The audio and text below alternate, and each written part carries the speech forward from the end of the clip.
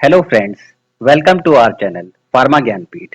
This channel brings together the knowledgeable and talented faculty of different branches to facilitate students with informative videos on important and complex topic of different subjects. I hope joint efforts of all the faculty members will help you to understand and sort all your problems. So do like, share and subscribe our channel for updates. Okay, let's talk about this video now. This lecture will let you know about the very important topic of biochemistry, that is enzyme.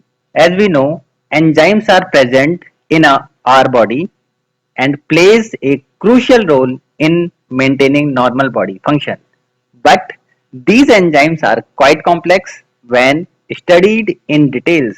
Here in this video, I have come with simple and important basics of enzymes that holds great importance. So without much delay, let's start with its history. In 1850, Louis Pasteur concluded that fermentation of sugar into alcohol by yeast is catalyzed by ferments. In 1897, Buckner discovered that yeast extract can ferment into sugar by fermentation process. अभी तक किसी ने भी इनको enzyme का नाम नहीं दिया था. फ्रेडरिक डब्ल्यू कोह ने called these molecules enzyme. Definition means what are enzymes? Enzymes are biocatalysts. A catalyst is defined as a substance that increase or enhance the rate of reaction without itself undergoing any change in the overall process. Enzyme की definition में हमें याद क्या रखना है कि जो enzyme है वो प्रोसेस को इंक्रीज करता है, एनहेंस करता है, कंप्लीट करता है, लेकिन इस प्रोसेस में पार्टिसिपेट नहीं करता. जो ये लाइन है without itself undergoing any change in the overall process, इस पे ज्यादा ध्यान रखना है. Then enzyme action. Enzyme action को पहले इस ग्राफ से समझते हैं. देखो यहाँ पे दो ग्राफ प्लॉट कर रहे हैं हम, विदाउट एंजाइम और विद एंजाइम. विदाउट एंजाइम के अंदर हम ये देख रहे हैं जो रिएक्टेंट है वो प्रोडक्ट बना रहा है. ठीक है. अब इस रिएक्टेंट के साथ हमने क्या किया, जो कि सबस्ट्रेट है, हमने इसके साथ एंजाइम को ऐड कर दिया. मतलब एंजाइम सबस्ट्रेट इन दोनों ने मिलके क्या बनाया, एंजाइम सबस्ट्रेट कॉम्प्लेक्स बनाया और फिर आगे प्रोडक्ट का फॉर्मेशन किया. अब आप इसमें देख रहे होंगे कि जो यहाँ फ्री एनर्जी है, इसके अंदर जो एक्टिवेशन एनर्जी है ये क्या हुआ है, विथ एंजाइम्स कम हो गई है.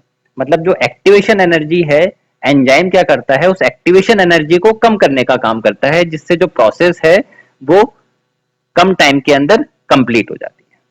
ठीक है. तो जो एंजाइम एक्शन का जो मेन काम है, मेन काम क्या है, एक्टिवेशन एनर्जी को कम करना. इसको दोबारा इस डायग्राम से समझते हैं हम कि जो रिएक्टेंट है वाई, इसने क्या किया, प्रोडक्ट का फॉर्मेशन किया. ठीक है. और ये इसी तरह का एग्जांपल है कि जैसे एक वैन है, एक कार है, ये एक वैली को पार करके दूसरी तरफ जा रही है और क्या हो रहा है कि जो रास्ता है, जो टाइम है, वो उसको ज्यादा लग रहा है. लेकिन अगर हम इस वैली को ही छोटा कर देंगे तो ये जो रास्ता है वो छोटा हो जाएगा और वो अपने डेस्टिनेशन पे जल्दी पहुंच जाएगा. तो जो एंजाइम है, एंजाइम का भी वही काम है, वो जो रिएक्टेंट से प्रोडक्ट जब बनाता है तो एक्टिवेशन एनर्जी को कम कर देता है. अब हम आते हैं general properties of enzyme. General properties of enzyme के लिए जो शॉर्टकट है वो है पापाविनी-शर्ट. अब पापाविनी-शर्ट का फुल फॉर्म क्या है, एक एक करके देखते हैं. जो पी है वो है enzymes are protein in nature. जितने भी एंजाइम्स हैं वो सारे के सारे प्रोटीन इन नेचर होते हैं एक्सेप्ट आरएनए. ठीक है. A means amphoteric in nature. ठीक है. एम्फोटेरिक इन नेचर मींस कि enzymes are amphoteric in nature, कि जो एंजाइम्स हैं उनमें एसिडिक और बेसिक दोनों के दोनों ग्रुप होते हैं, वो दोनों की दोनों प्रॉपर्टीज रखते हैं. ठीक है. P precipitated. तो enzymes are precipitated through precipitating agents like ammonium sulphate, ethanol etcetera. कि जो भी प्रिसिपिटेटिंग एजेंट्स हैं उनके थ्रू जो एंजाइम्स है वो प्रिसिपिटेट हो जाएगा.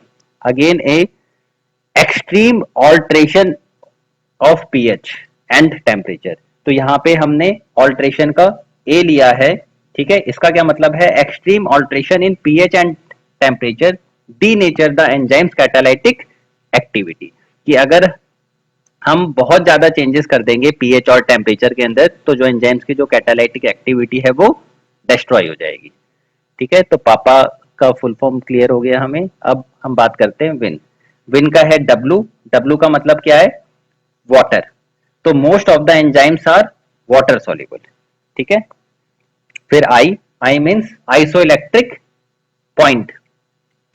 तो each enzymes has its own isoelectric point. अब आइसोइलेक्ट्रिक पॉइंट क्या होता है, isoelectric point is the pH at which a molecule carries no net electric charge. हमने ये एम्फोटेरिक नेचर में डिस्कस किया था कि उसके पास एसिडिक और बेसिक दोनों के दोनों ग्रुप होते हैं।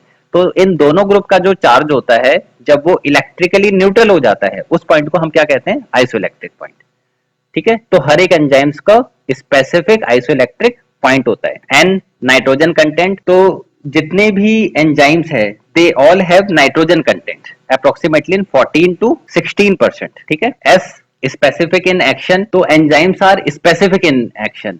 जैसे अगर हम सबसे सिंपल जो कार्बोहाइड्रेट की जो मेटाबॉलिज्म है वो ग्लाइकोलाइसिस है, अगर हम उसका एग्जांपल लें तो जो सबसे फर्स्ट स्टेप है उसमें क्या है कि ग्लाइकोलाइसिस के अंदर पहले स्टेप्स में ग्लूकोज से ग्लूकोज 6 फॉस्फेट बनता है in the presence of hexokinase, और उसमें मैग्नीशियम प्लस यूज में आता है। तो जो हेक्सोकाइनेज है उसका यही काम है कि वो ग्लूकोज से ग्लूकोज 6 फॉस्फेट को बनाएगा। हेक्सोकाइनेज या ग्लूकोकाइनेज दोनों ही केएम के ऊपर डिपेंडेंट है, केएम कितना है उस बेसिस पे उसको उसका सिलेक्शन किया जाता है कि हम हेक्सोकाइनेज यूज में लें या ग्लूकोकाइनेज यूज में लें, है ना। ये कार्बोहाइड्रेट के मेटाबॉलिज्म्स में देखेंगे। लेकिन ये जो एंजाइम्स हैं इनका काम स्पेसिफिक है कि ये ग्लूकोज से ग्लूकोज 6 फॉस्फेट के अंदर कन्वर्ट करेंगे। एच, होलो एंजाइम्स। अब जो होलो एंजाइम्स है ये कॉम्प्लेक्स प्रोटीन एंजाइम है जो कि दो पार्ट से मिलकर बना होता है। जो पहला पार्ट है वो प्रोटीन पार्ट है जिसको हम एपो एंजाइम कहते हैं, और दूसरा है को एंजाइम जो है नॉन प्रोटीन पार्ट। अब जो एपो एंजाइम है प्रोटीन पार्ट वो रेस्पॉन्सिबल है एंजाइम्स की कैटालाइटिक एक्टिविटी। आगे है आई, आई का मतलब है यहाँ पे इनएक्टिव। तो most of the enzymes are inactive at 0 degree Celsius, कि जब भी फ्रोजन स्टेट होगी तो वहां पे जितने भी एंजाइम्स हैं वो सारे के सारे इनएक्टिव हो जाते हैं, ठीक है। अब यहाँ पे जो आर है, आर का यहाँ पे कोई मतलब नहीं है, आर साइलेंट है। उसके बाद हम आते हैं टी। टी है टर्सरी स्ट्रक्चर, मतलब enzymes conformational tertiary structure is responsible for its catalytic activity, ठीक है। एंजाइम्स की जो कन्फॉर्मेशनल टर्सरी स्ट्रक्चर होता है वो उसकी कैटालाइटिक एक्टिविटी के लिए रेस्पॉन्सिबल होता है, कि अगर उसकी टर्सरी कन्फॉर्मेशनल स्ट्रक्चर में किसी भी रीजन से कुछ भी चेंजेस आता है तो उसकी जो कैटालाइटिक एक्टिविटी है वो डिस्ट्रॉय हो जाती है। तो फ्रेंड्स ये है प्रॉपर्टीज ऑफ एंजाइम्स, ठीक है, पापा विन शर्ट। आगे चलते हैं। आगे जो नेक्स्ट टॉपिक है वो है फैक्टर्स अफेक्टिंग एंजाइम एक्शन, जिसके अंदर जो फर्स्ट है concentration of enzyme, second concentration of substrate, third temperature, fourth pH, fifth product concentration, sixth contact between enzyme and substrate, seventh enzyme effect of activators, eighth effect of light and radiation, और ninth है effect of time. अब इन सभी को एक एक करके हम समझते हैं कि एंजाइम एक्टिविटी पे इन सबका क्या रोल पड़ता है। सबसे पहले हम ये देख लें कि जो हमने यहाँ पे जो रेड रेड मार्क किए हुए हैं, ये रेड रेड इसलिए किया हुआ है कि हमने इसका एक शॉर्टकट बनाया हुआ है जो कि है लैपटॉप सेट कॉन्फ़िगरेशन। अब इसके अंदर भी जो ओ स्मॉल जो ब्लैक है तो इसमें कहीं पे भी ओ नहीं है, ठीक है। ये सब याद रखने के लिए लैपटॉप सेट कॉन्फ़िगरेशन बनाया गया है, तो आप इससे सभी फैक्टर्स को याद रख सकते हैं एक साथ। सबसे पहले पे आते हैं कंसंट्रेशन ऑफ एंजाइम। अब आप सबने अगर एंजाइम काइनेटिक्स पढ़ा है तो एंजाइम काइनेटिक्स के अंदर जो माइकलिस मेंटेन इक्वेशन है उसके अंदर कुछ हाइपोथेसिस है। उस हाइपोथेसिस के अंदर मतलब 5 हाइपोथेसिस है, वो आगे के लेक्चर्स के अंदर हम उसको और डिटेल के अंदर पढ़ेंगे। मैं आपको थोड़ा सा बता दूं यहाँ पे जो आपको समझ में आ जाए।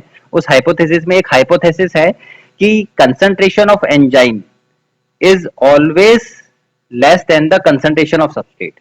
मतलब जो भी प्रोसेस है उस प्रोसेस के अंदर एक हाइपोथेसिस ये दी गई है कि जो कंसंट्रेशन ऑफ सबस्ट्रेट है वो हमेशा एंजाइम की कंसंट्रेशन से ज्यादा होगी, ठीक है। तो अब इस ग्राफ से समझे हम तो क्या है कि जो इन दोनों के बीच का जो ग्राफ है वो डायरेक्टली प्रोपोर्शनल आता है। डायरेक्टली प्रोपोर्शनल क्यों आता है, क्योंकि जो एंजाइम है उसकी जैसे जैसे आप कंसंट्रेशन बढ़ाओगे तो जो माइकलिस मेंटेन इक्वेशन है उसके थ्रू सबस्ट्रेट की कंसंट्रेशन अपने आप बढ़ जाएगी। मतलब सबस्ट्रेट कभी भी एंजाइम की कंसंट्रेशन से कम नहीं होगा। ये रूल है एंजाइम काइनेटिक्स का। ठीक है, कई लोग ये कहते हैं कि जब हम कभी फैक्टर्स की बात करेंगे तो हमने सभी चीजों को कांस्टेंट रख दिया है, तो उस कांस्टेंट में सबस्ट्रेट भी कांस्टेंट हो जाएगा, लेकिन फिर आप एंजाइम काइनेटिक्स की बात नहीं कर पाएंगे। अगर हम एंजाइम काइनेटिक्स की बात कर रहे हैं तो अगर आप एंजाइम की कंसंट्रेशन को बढ़ा रहे हैं तो उस रूल्स के हिसाब से सबस्ट्रेट की कंसंट्रेशन ऑटोमेटिक बढ़ जाएगी। ठीक है, क्योंकि जो एंजाइम्स है वो किससे बाइंड होगा, सबस्ट्रेट से। तो अगर सबस्ट्रेट ही नहीं होगा तो वहां पे एंजाइम अपनी कैटालाइटिक एक्टिविटी नहीं दे पाएगा। इसलिए अगर एंजाइम की कंसंट्रेशन को बढ़ाया जा रहा है तो रेट ऑफ रिएक्शन भी बढ़ेगा। डेफिनेशन में ये बिल्कुल क्लियर था कि जो एंजाइम क्या करता है, रेट ऑफ रिएक्शन को इंक्रीज करता है या एनहेंस करता है without itself undergoing any change in the overall process. तो जो कंसंट्रेशन ऑफ एंजाइम है, इसके अंदर ये क्या चीज निकल कर आ रही है सामने कि जैसे जैसे आप एंजाइम का की कंसंट्रेशन को बढ़ाएंगे, रेट ऑफ रिएक्शन भी वैसे ही बढ़ती चली जाएगी। कंसंट्रेशन ऑफ सबस्ट्रेट, अब दोबारा इसको हम ग्राफ से ही समझते हैं कि कंसंट्रेशन ऑफ सबस्ट्रेट और ये रेट ऑफ रिएक्शन पे क्या फर्क पड़ता है। इसके लिए दोबारा आपको माइकलिस मेंटेन इक्वेशन जो है एंजाइम काइनेटिक्स की, उसकी वो हाइपोथेसिस आपको क्लियर होनी चाहिए। मतलब जो नेक्स्ट वीडियो होगा वो एंजाइम काइनेटिक्स पे ही होगा, कि जिन बच्चों को वो चीज नहीं पता है या जिन दोस्तों को वो चीज नहीं पता है वो चीज क्लियर हो जाए कि जो सबस्ट्रेट की जो कंसंट्रेशन है, ठीक है, कि अगर हम सबस्ट्रेट की कंसंट्रेशन को बढ़ाते हैं, ठीक है, तो क्या होता है कि स्टार्टिंग के अंदर रेट ऑफ रिएक्शन भी बढ़ता है। ठीक है, लेकिन अगर हम सबस्ट्रेट की कंसंट्रेशन को और भी बढ़ाते हैं तो रेट ऑफ रिएक्शन पे कुछ भी फर्क नहीं पड़ता। उसका रीजन क्या है कि अब हम जैसे जैसे सबस्ट्रेट को बढ़ाएंगे तो एंजाइम तो नहीं बढ़ रहा है यहाँ पे। ठीक है, एंजाइम जितने थे उतने ही थे। फॉर एग्जाम्पल एंजाइम 100 थे, है ना, और सबस्ट्रेट स्टार्टिंग के अंदर 125 थे। अब हमने क्या किया, 125 सबस्ट्रेट से सबस्ट्रेट को 200 कर दिया, लेकिन जो एंजाइम थे वो 100 ही है। तो जब तक एंजाइम है तब तक एंजाइम सबस्ट्रेट कॉम्प्लेक्स बनेगा और आगे वो प्रोडक्ट का फॉर्मेशन करेगा। ठीक है, लेकिन अगर एंजाइम जितने भी थे वो सभी एंजाइम सबस्ट्रेट कॉम्प्लेक्स के अंदर बाइंड हो गए, तो उसके बाद आप सबस्ट्रेट की कंसंट्रेशन को कितना भी बढ़ा लो, रेट ऑफ रिएक्शन नहीं बढ़ता। इसको हम क्या बोलते हैं, वी मैक्स। ठीक है, वी मैक्सिमम अचीव हो गया है, उसके बाद सबस्ट्रेट की कंसंट्रेशन को आप कितना भी बढ़ा लें, अगर एंजाइम और ज्यादा नहीं बढ़ रहा है तो रेट ऑफ रिएक्शन पे कुछ भी फर्क नहीं पड़ता है। तो स्टार्टिंग के अंदर सबसे पहले फर्स्ट ऑर्डर पे के हिसाब से बढ़ता है, उसके बाद वो मिक्स ऑर्डर के हिसाब से बढ़ता है, और जैसे ही वी मैक्सिमम अचीव होता है तो वो जीरो ऑर्डर पे आ जाता है। ठीक है दोस्तों, तो कंसंट्रेशन ऑफ सबस्ट्रेट समझ में आ गया कि सबस्ट्रेट की कंसंट्रेशन जब स्टार्टिंग में बढ़ती है तो फर्स्ट ऑर्डर और मिक्स ऑर्डर किसके कारण आता है, एंजाइम के कारण। कि जब तक एंजाइम फ्री हैं, जब तक एंजाइम सबस्ट्रेट के साथ बाइंड होंगे तब तक वो रेट ऑफ रिएक्शन को बढ़ाएंगे। जब एंजाइम की जो कंसंट्रेशन है वो खत्म हो जाएगी तो आप सबस्ट्रेट की कंसंट्रेशन को कितना भी बढ़ाएं, रेट ऑफ रिएक्शन पे कुछ भी फर्क नहीं पड़ेगा। ठीक है, नेक्स्ट है टेम्परेचर। अब टेम्परेचर के अंदर क्या होता है कि अगर आप टेम्परेचर देखें, इस ग्राफ से आपको समझ में आएगा कि अगर आप किसी भी एंजाइम की बात करें तो हर एक एंजाइम अपने एक स्पेसिफिक टेम्परेचर पे एक ऑप्टिमम एक्टिविटी देता है। जैसे हम इसकी बात करें तो ये जो पॉइंट है, ये जो पॉइंट है ये क्या है, ऑप्टिमम टेम्परेचर है। अगर आप इस टेम्परेचर से लो की तरफ जाते हो तो भी रेट ऑफ रिएक्शन कम होता है, और आप हाई की तरफ जाओगे तो भी रेट ऑफ रिएक्शन कम होता है। जैसे फॉर एग्जांपल लाइपेज है, तो लाइपेज को अगर आप 70 डिग्री सेल्सियस से ज्यादा पे ले जाओगे तो क्या होगा, वो डीनेचर हो जाएगा, और वहीं पे ही अगर आप उसको 10 डिग्री सेल्सियस से कम पे ले आओगे तो भी वो डिग्रेड हो जाएगा। इन दोनों टेम्परेचर के बीच के अंदर वो अपने ऑप्टिमम टेम्परेचर पे मैक्सिमम कैटालाइटिक एक्टिविटी देगा। तो सभी एंजाइम्स के साथ ऐसा है कि जो उनका जो ऑप्टिमम टेम्परेचर है, उस ऑप्टिमम टेम्परेचर पे जो रेट ऑफ रिएक्शन है वो मैक्सिमम है। अगर टेम्परेचर लो या हाई होता है तो उसकी जो रेट ऑफ रिएक्शन है वो कम होती चली जाती है। Effect of pH. अब पीएच के अंदर क्या है, हम दोबारा इसको भी ग्राफ से ही समझते हैं कि ये पीएच की रेंज है। अगर हम एग्जांपल ले पेप्सिन का, तो जो पेप्सिन है वो 1.5 से 1.6 पीएच के अप्रोक्सीमेटली उसकी जो एक्टिविटी है वो ऑप्टिमम होती है, मैक्सिमम होती है। ठीक है, जहां पे वो अपना मैक्सिमम आउटपुट देता है उसको हम कहते हैं ऑप्टिमम पीएच। मतलब जहां पे रेट ऑफ रिएक्शन सबसे ज्यादा होगा उसको हम क्या कहेंगे, ऑप्टिमम पीएच। अब अगर आप पेप्सिन को 1.5 या 1.6 से आप कम की तरफ ले जाओगे पीएच या ज्यादा की तरफ ले जाओगे तो क्या होगा, उसकी जो एक्टिविटी है वो खत्म हो जाएगी। ठीक है, वैसे ट्रिप्सिन है वो 7.8 से 7.9 पे अपनी एक्टिविटी मैक्सिमम देता है, जो उसका ऑप्टिमम पीएच है वो 7.8 टू 7.9 है, तो वहां पे उसकी जो रेट ऑफ रिएक्शन है वो क्या होगा, मैक्सिमम। ठीक है, वैसे जितने भी एंजाइम्स हैं वो अपने ऑप्टिमम पीएच के ऊपर मैक्सिमम एक्टिविटी देंगे। नेक्स्ट है प्रोडक्ट कंसंट्रेशन। प्रोडक्ट कंसंट्रेशन को अच्छे से समझना है, जैसे आपको इस डायग्राम के अंदर समझ में आ रहा होगा कि हमने क्या किया, सबस्ट्रेट लिया, एंजाइम लिया और एंजाइम सबस्ट्रेट कॉम्प्लेक्स बनाया और फिर आगे प्रोडक्ट बना। अब इसके अंदर प्रॉब्लम क्या आती है कि जब हम रिएक्शन को स्टार्ट करते हैं तो स्टार्टिंग में सिर्फ एंजाइम होता है और सबस्ट्रेट होता है, आगे वो एंजाइम सबस्ट्रेट कॉम्प्लेक्स बनाता है और फिर धीरे धीरे प्रोडक्ट का फॉर्मेशन होता है और एंजाइम दोबारा फ्री होता चला जाता है। अब इस प्रोसेस के अंदर क्या होता है कि जो प्रोडक्ट बन रहा है उसका एक्यूमुलेशन होता जाएगा उसी उसी वेसल के अंदर, जिस वेसल के अंदर ये रिएक्शन चल रही है उसी वेसल के अंदर प्रोडक्ट का एक्यूमुलेशन होता जाएगा। अब जैसे जैसे प्रोडक्ट का एक्यूमुलेशन होता जाएगा वहां पे क्या होगा कि एंजाइम और सबस्ट्रेट ये दोनों आपस में बाइंड होने के लिए एंजाइम सबस्ट्रेट कॉम्प्लेक्स नहीं बना पाएंगे जितना फ्रीली वो पहले बना पा रहे थे, क्योंकि अब क्या होगा, उसी के बीच के अंदर प्रोडक्ट भी आ गया है। जैसे अगर हम एग्जांपल लें कि अगर क्लास के अंदर 30 बच्चे हैं और उन 30 बच्चों का अगर हमने दो दो का बैच बना दिया है तो उसके अंदर 15 बैच बन गए हैं, हमारे लिए बहुत इजी है कि हम उन सभी को आइडेंटिफाई किया जाए। लेकिन अगर उसी क्लास में 30 बच्चों की जगह अगर वहां पे 100 बच्चे हो जाएंगे और फिर हमें बोला जाएगा कि आपको उन बैच, वो जो हमने दो दो का जो बैच बनाया था, अब उन दोनों बच्चों को आपस में ढूंढ के बैच बनाना है, तो अब उनके पास 70 बच्चे एक्स्ट्रा हैं। अब जो 70 बच्चे एक्स्ट्रा हैं उनमें क्या होगा कि उनमें उनको अपने पार्टनर को ढूंढना पड़ेगा कि जो हमारे लिए बैच बनाए गए थे वो बच्चे कौन है। इसी तरीके से क्या होगा कि जैसे जैसे प्रोडक्ट का एक्यूमुलेशन होता जा रहा है वैसे ही एंजाइम और सबस्ट्रेट को कॉम्प्लेक्स बनाने के लिए उन प्रोडक्ट के बीच में से आपस में बाइंड करने के लिए एक दूसरे को ढूंढना पड़ रहा है, जिससे क्या हो रहा है कि रेट ऑफ रिएक्शन कम हो रही है। तो प्रोडक्ट कंसंट्रेशन के अंदर ये the accumulation of reaction produce generally decrease the enzyme velocity, this prevented nature by prompt removal of the product from the site of formation. जहां से भी प्रोडक्ट बन रहा है हम उसी साइड से ही प्रोडक्ट को अलग करते जाएं, ये इसका सॉल्यूशन है। नेक्स्ट है contact between enzyme and substrate. इसके अंदर हम देखें कि एंजाइम और सबस्ट्रेट ये दोनों K1 कांस्टेंट के थ्रू एंजाइम सबस्ट्रेट कॉम्प्लेक्स बनाते हैं और आगे जाके प्रोडक्ट और एंजाइम फ्री हो जाता है। अगर हम K2 कांस्टेंट की बात करें तो क्या होगा, एंजाइम सबस्ट्रेट जो कॉम्प्लेक्स बना है ये क्या होगा, दोबारा एंजाइम और सबस्ट्रेट में टूट जाएगा। ठीक है, तो कांटेक्ट बिटवीन एंजाइम और सबस्ट्रेट का क्या इफेक्ट पड़ता है कि अगर किसी भी रीजन से एंजाइम और सबस्ट्रेट का कांटेक्ट ही नहीं हुआ तो वो एंजाइम सबस्ट्रेट कॉम्प्लेक्स नहीं बनेगा, जिससे जो प्रोडक्ट का फॉर्मेशन है वो भी नहीं होगा। तो enzyme and substrate must be in contact to form enzyme substrate complex. So enzyme and substrate should be well mixed for efficient reaction to proceed. ठीक है, तो एंजाइम सबस्ट्रेट कॉम्प्लेक्स बनना बहुत जरूरी है। Next, effect of activators. अब जो effect of activators है इनका बहुत मेजर रोल है रिएक्शंस के अंदर।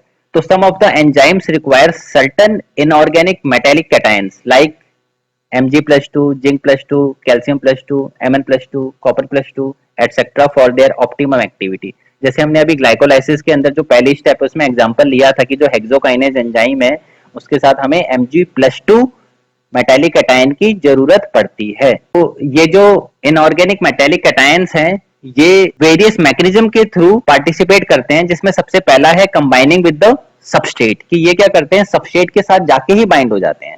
सेकंड है formation of ES metal complex, जो एंजाइम सबस्ट्रेट कॉम्प्लेक्स बना है उसके अंदर जाके वो उसके साथ कंबाइन हो जाएंगे। थर्ड है direct participation in the reaction, कि जो रिएक्शन चल रही है उस रिएक्शन में वो डायरेक्ट पार्टिसिपेट करते हैं। और फोर्थ है bringing conformational change in the enzyme, कि जो एंजाइम है उसमें कन्फॉर्मेशनल चेंजेस करके एंजाइम के साथ बाइंड होके फिर वो प्रोसेस के अंदर पार्टिसिपेट कर। नेक्स्ट पॉइंट है effect of light and radiation. Exposure of enzyme to UV, beta, gamma and X-ray rays inactivates certain enzymes due to formation of peroxides। तो जो भी एंजाइम्स हैं वो सारे के सारे क्या हैं, बायोकैटालिस्ट है। तो जैसे ही वो यूवी लाइट्स की रेंज के अंदर आएंगे तो जो अल्ट्रा वायलेट है वो क्या करेगी, उनका जो टर्सरी कन्फर्मेशनल स्ट्रक्चर है उसको डीनेचर कर देती है, जिससे उसकी जो कैटालिटिक एक्टिविटी है वो डिस्ट्रॉय हो जाती है। Example, UV rays inhibits salivary amylase activity. Next है effect of time. Effect of time जरूरी क्यों है? क्योंकि under ideal and optimal condition like pH, temperature, pressure, हमने सब कुछ ऑप्टिमम कंडीशन में मेंटेन किया हुआ है, तो the time required for an enzyme reaction is less. मतलब एक आइडियल हमें पता रहता है कि ये जो रिएक्शन है ये इतने टाइम में कंप्लीट हो जाएगी। अगर वो रिएक्शन उतने टाइम में कंप्लीट नहीं हो रही है तो इसका मतलब स्टार्टिंग से लेके एंड तक हमने जितनी भी पैरामीटर्स को सेट किए हैं उन किसी पैरामीटर्स के अंदर कहीं कोई प्रॉब्लम है। जैसे फॉर एग्जांपल, अगर हमें पता है कि अगर हम ऑफिस से हम छुट्टी होने में हमें घर पहुंचने में आधा घंटा लगता है ऑन एवरेज, अगर आधे घंटे की जगह अगर हमें 40 मिनट लग रहा है, 1 घंटा लग रहा है, तो उसी टाइम घर से फोन आ जाता है। उसका रीजन क्या है? उसका रीजन यही है कि जो एक ऑप्टिमम टाइम है, अगर उस ऑप्टिमम टाइम से हम ज्यादा ले रहे हैं तो जरूर या तो जाम होगा या कुछ प्रॉब्लम होगा, तभी वो टाइम ज्यादा लग रहा है। तो हम उस पर्टिकुलर प्रोसेस के अंदर जाके दोबारा उसको चेक कर सकते हैं कि जी ये कहाँ पे जो भी पैरामीटर हमने सेट किया था किस पैरामीटर्स के अंदर कहाँ पे प्रॉब्लम आ रही है। ठीक है बच्चों, तो ये सारे के सारे थे factors affecting enzyme activity. Thank you.